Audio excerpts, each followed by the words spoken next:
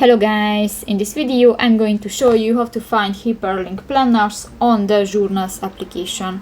But first of all, I just want to mention, please don't forget to subscribe to our channel, because at 100,000 subscribers we are going to show you our YouTube revenue statistics and growth strategy, how to make money online. So let's jump into it. First of all, open the application on your device. So that's the home screen, and you can find different buttons. If you want to find different templates, for example the hyperlinks, just go to the lower bar and click the fourth option, the shop. Here you can find the upper bar, click to the fourth option, the hyperlink planners, next to the covers. And here you can find different templates, and you can select that and you can buy it and you can use, and you can try it if you click to the try it option. So that's pretty much it for this video guys. See you in the next one. Bye bye.